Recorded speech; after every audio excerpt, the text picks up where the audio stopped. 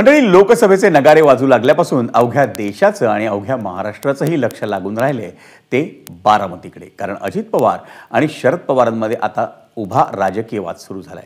त्यातच सुप्रिया सुळेंविरोधात सुनेत्रा पवार मैदानात उभ्या ठाकणार आहेत. त्यामुळे बारामतीतील मतदार कुणाच्या पारड्यात मत टाकणार हा कळीचा मुद्दा बनलाय. त्यातच बारामतीतील व्यापाऱ्यांनी घेतलेल्या भूमिकेमुळे आता चर्चांनाही मोठं उदाहरण आलंय. पाहुयात नेमकं काय झालंय ते स्पेशल रिपोर्टमधून. शरद पवारांना होमग्राऊंडवरच व्यापाऱ्यांचा धक्का. बारामतीतील व्यापाऱ्यांची दादांना साथ.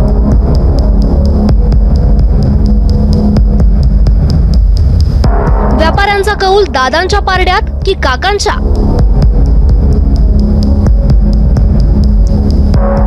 पवार महाराष्ट्रातील सर्वात दिग्गज राजकीय कुटुंब. राज्याच्या आणि देशाच्या राजकारणाला अनेकदा नवी वळण देणारं बडं घराणं.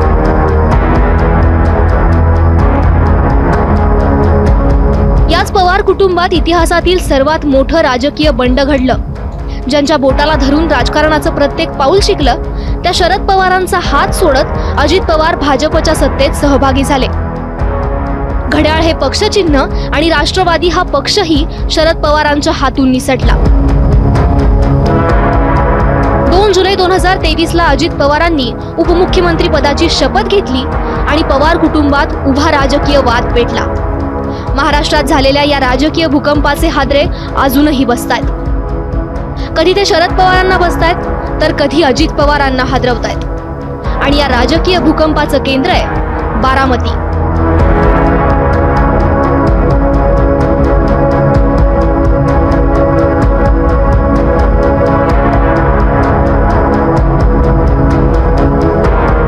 बारामतीच्या मैदानात सुप्रिया सुळेंविरोधात अजितदादा सुनेत्रा पवारांना उतरवणार आहेत.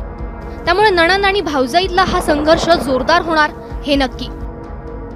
म्हणूनच बारामतीतील मतदारांची भूमिका काय याचं कुतूहल अवघ्या महाराष्ट्राला आहे. अर्थात ही लढाई जिंकण्यासाठी दोन्ही बाजूंनी जोरदार प्रयत्न सुरू आहेत.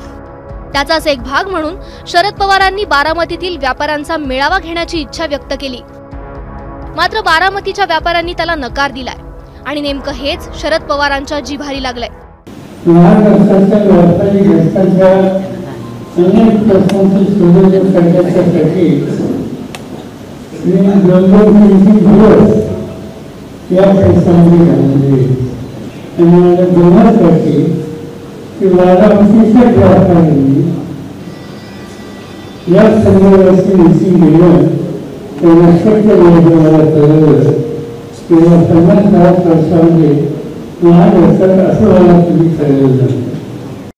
त्यानंतर बारामतीतील व्यापाऱ्यांचा शरद पवार यांना पाठिंबा नाही का आणि बारामतीतील व्यापाऱ्यांवर अजितदादांचा दबाव आहे का असे प्रश्न उभ्या महाराष्ट्राला पडले.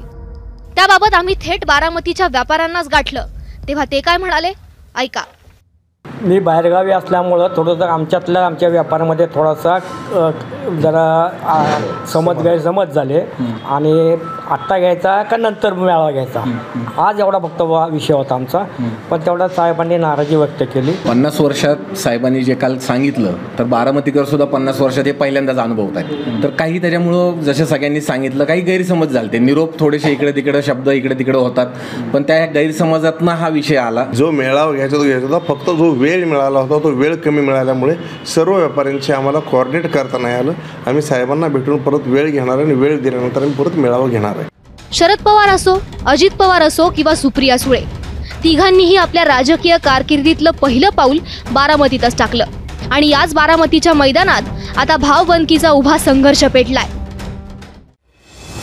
1967 साली शरद पवार बारामतीतून पहिल्यांदा आमदार झाले.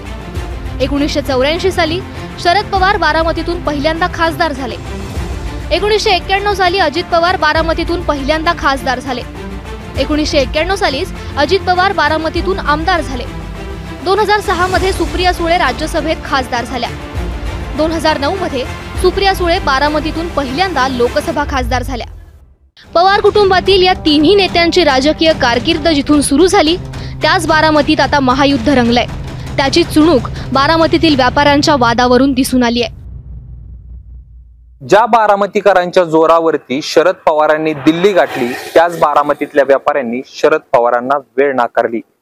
आता जरी व्यापाऱ्यांनी युटर्न घेतला असला तरी शरद पवारांना दिलेलं आमंत्रण शरद पवार स्वीकारणार का? शरद पवार बारामतीत मेळावा घेणार का? असे एक ना अनेक प्रश्न या निमित्तानं उपस्थित होत आहेत. कॅमेरा पर्सन धीरज सह जयदीप भगत, एबीपी माझा, बारामती. एबीपी माझा, उघडा डोळे बघा नीट.